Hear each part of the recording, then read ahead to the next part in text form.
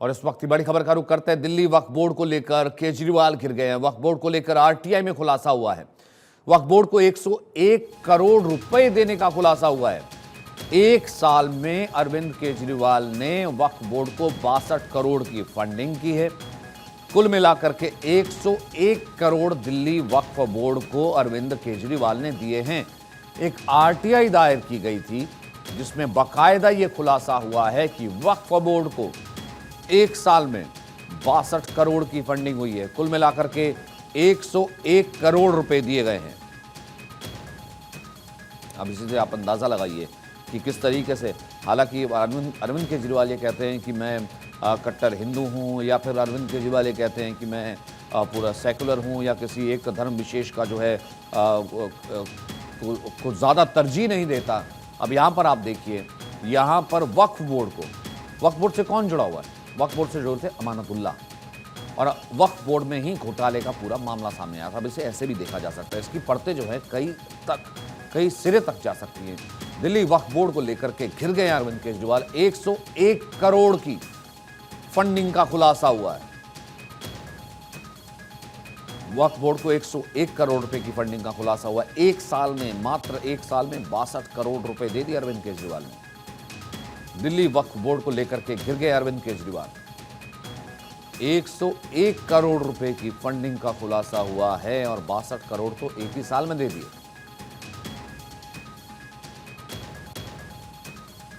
तो एक साल में 101 करोड़ की फंडिंग दिल्ली सरकार ने, अरविंद केजरीवाल ने की वक्फ बोर्ड को। गणेश पाठक इस वक्त हमारे साथ मौजूद हैं। गणेश, सबसे पहले तो पूरी खबर जानना चाहेंगे, फिर दूसरी तरफ इस खबर की तो फिर आगे कई परतें जोड़ेंगी। देखिए, एक आरटीआई से खुलासा हुआ कि दिल्ली सरकार ने वक्फ बोर्ड को 7 साल के अंतराल में 101 करोड़ रुपए दिए हैं। यानी इस तरीके से अगर मैं आपको रकम दर रकम से बताऊं तो बीते एक साल के अंदर 62 करोड़, वही वर्ष 2019-22 में 72.5 लाख रुपए प्रदान किए। उसके बाद वर्ष 2018-19 में 8 करोड़ 85 लाख। ये सारी जानकारी जो है आरटीआई से मिले जवाब के मुताबिक ही है। वर्ष 2015 में दिल्ली सरकार की ओर से वक्फ बोर्ड को 1.25 करोड़ रुपए दिए गए। इसके बाद ये राशि वर्ष 2016-17 में 1.37 करोड़, फिर वर्ष 2017-18 में 5 करोड़ रुपए।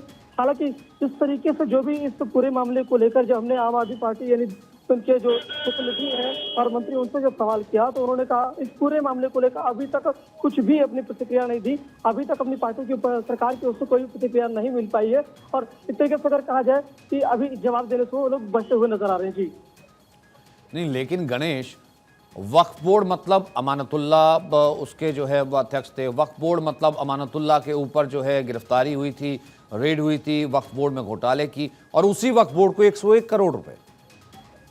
जी, इस तरीके से अब सवाल उठेंगे क्योंकि जिस तरीके अमानतुल्लाह पे भी कई सारे सवाल सबकी सुई है। पिछले दिनों उनके ऊपर वो जेल में भी गए थे और सवाल उठते हैं। अब सवाल उठने ये लाजमी कि 7 साल के अंदर इस तरीके से इतनी बड़ी रकम एक वक्फ बोर्ड को देना और किस तरीके से दिए गए, ये पूरे मामले अभी फिलहाल जांच का विषय होगा। और पता जब सरकार से सवाल पूछा जाएगा, सरकार के प्रतिनिधि अगर कोई इसको जवाब देते तभी ये बात क्लियर हो पाएगी। लेकिन यहाँ पर ये पूरी बात क्लियर कर दूं, ये जो पूरा मामला निकल के सामने आया है कि 7 साल के दरमियान में 101 करोड़ रुपए जो दिए गए हैं, ये पूरी एक आरटीआई के हवाले से पूरी जानकारी आई है। इसमें किस हिसाब से इतने रुपए सरकार ने वक्फ बोर्ड को दिए और क्या रहा रकम देने के पीछे उद्देश्य क्या था, पूरी जानकारी जब तक सरकार की ओर से कोई इस पर जाओ। तो जब हमने सवाल पूछा तो उन्होंने एक तरीके से अभी तक सरकार की ओर से इस पर कोई प्रतिक्रिया नहीं आई है। जी, बहुत बहुत शुक्रिया गणेश फिलहाल इस बातचीत के लिए।